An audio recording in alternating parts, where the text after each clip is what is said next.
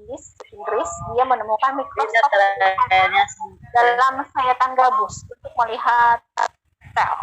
Kemudian Anthony van Leeuwenhoek menemukan mikroskop sederhana untuk melihat benda aneh pada air rendaman jerami. Kemudian ada J.B. Lamarck, setiap benda hidup adalah kumpulan dari sel menurut pengamatan dari J.B. Lamarck ini. Kemudian juga dari Henry de Trafford, di dalam setiap sel itu bergerak cairan yang kompleks. Nah, di dalam sel itu bergerak cairan yang kompleks, kalau kita tahu ini berarti sitoplasma ya. Nah, sel tersebut merupakan bagian fundamental organisme. Sitoplasma itu ada di dalam sel, ada di membran sel, dia berbentuk cairan jelly. Oke, ini ada mikroskop Robert Hooke yang digunakan untuk mengamati sayatan tipis gabus, dan penampangnya melihat sayatan tipis gabus ini seperti spon ya, seperti pori-pori gitu. Kemudian ini awalnya penemuan sel, sejarahnya.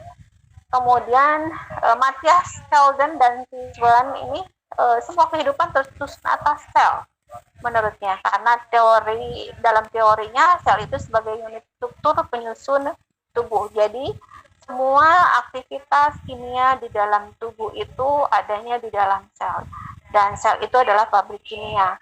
Pabrik kimia terbesar di dalam tubuh itu adalah organ hati. Sel pabrik kimia di dalam tubuh, dan pabrik kimia terbesar di dalam tubuh itu adanya di organ hati. Karena semua metabolisme itu kan berakhir di dalam hati. Berdasarkan jumlah selnya, organisme ini dibedakan atas uniseluler dan tersusun atas satu sel dan multiseluler. Tersusun atas banyak sel ya kalau multiseluler. Oke, yang kita ketahui sel itu ada sel eukariot dan juga ada sel prokariot. Eukariot sendiri yang mempunyai nukleus, sedangkan prokariot itu tidak mempunyai nukleus. Nukleus itu adalah inti sel. Nah, kalau yang tidak mempunyai inti sel, prokariot, itu adanya di bakteri.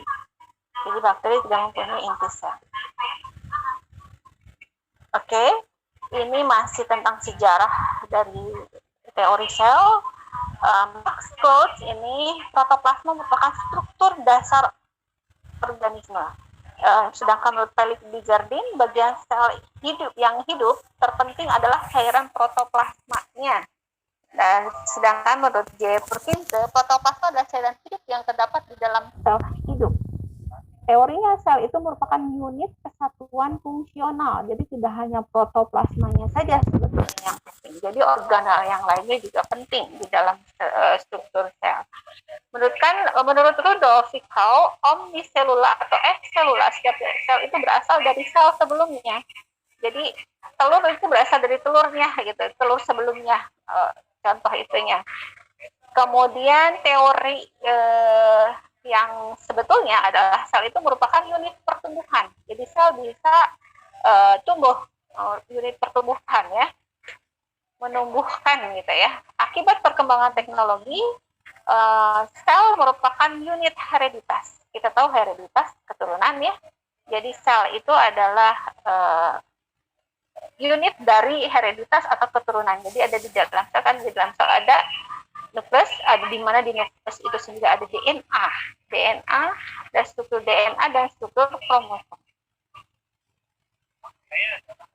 Ini yang tadi disebut dengan sel prokaryotik yang tidak memiliki nukleus.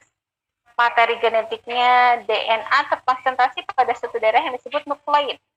Tetapi tidak ada membran yang memisahkan daerah ini dari bagian sel lainnya. Jadi nukleidnya tidak berada di dalam nukleus.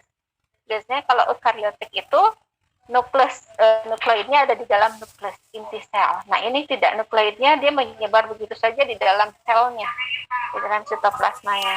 Kemudian membran plasma ini memisahkan daerah dalam sel dengan lingkungan luar. Memisahkan daerah dalam sel dengan lingkungan luar, membran plasma. Nah, membran plasma ini bungkusnya dari sel.